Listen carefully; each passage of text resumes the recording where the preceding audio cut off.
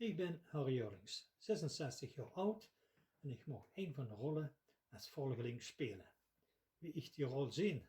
Nou, zo ongeveer. Als een visser die zich net uitwerpt over het water.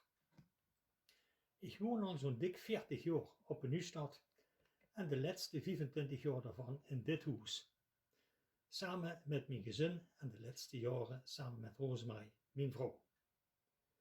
Wat ik zo fijn vind aan deze rol is dat ik hier fijn dingen maak. Zoals dit bijvoorbeeld.